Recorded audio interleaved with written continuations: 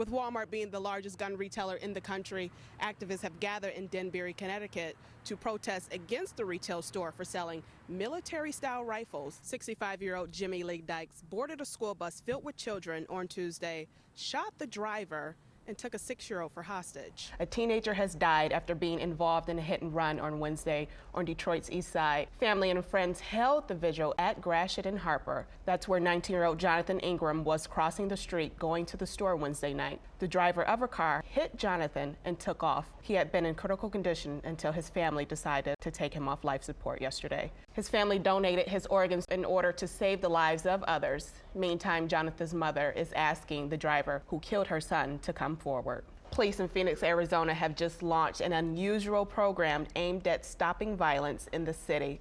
It's called Groceries for Guns. People who turned in unloaded handguns, shotguns, or rifles get a $100 gift card for groceries. People who turn in an assault weapon get a $200 grocery gift card. Police say the guns will be tagged, checked, and traced to see if the weapons are connected to any crimes.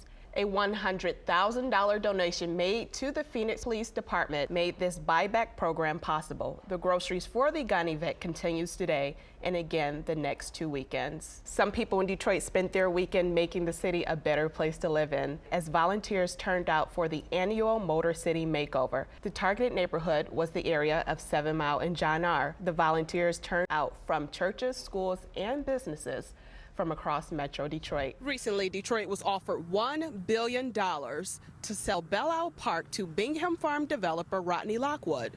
But for a few years now, Detroit City Council has been talking about implementing the Belle Isle plan.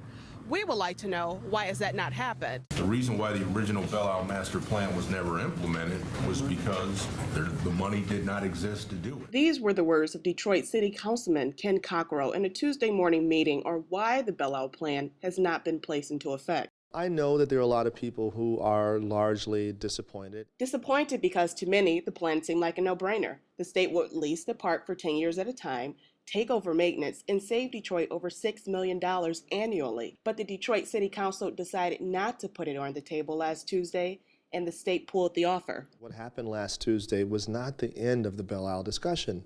Really, it's the beginning of the Belle Isle discussion. City Councilwoman Joanne Watson is taking the lead. Tuesday, she'll introduce a resolution to begin the implementation of the Belle Isle Master Plan, which called for the city to charge $3 per vehicle or a $20 yearly fee, available to anyone who wants to enjoy the island. That's a plan City Council President Charles Pugh is ready to support. If a fee was going to be charged anyway for Belle Isle in the state's plan, then why not charge the fee ourselves? Detroit City Council is still in the process of deciding what will happen to Belle Isle Park. Sean Williams, Auxiliary Reserve Officer in Highland Park, dodging my questions after almost 6 months of audio and video surveillance. FBI say they have strong enough evidence in their case against Williams and 3 other officers to lock them up for more than 50 years. Just this past Wednesday, the 4 officers went to Oakland Mall where they assisted in what they believed was a 4-kilogram shipment of cocaine.